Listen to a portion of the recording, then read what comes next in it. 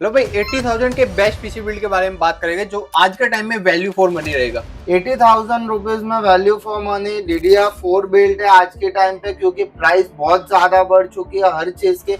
इसमें प्रोसेसर मिल जाएगा 12400F series का H610 मदरबोर्ड, 16GB 3200 मेगाहर्ट्ज की RAM, 512GB NVMe SSD, 650 watts power supply, ATX 4 fan gaming cabinet और RTX 5050 8GB का ग्राफिक कार्ड। ये पूरा पीसी बिल्ड आपको मिल जाएगा 80,000 रुपीज।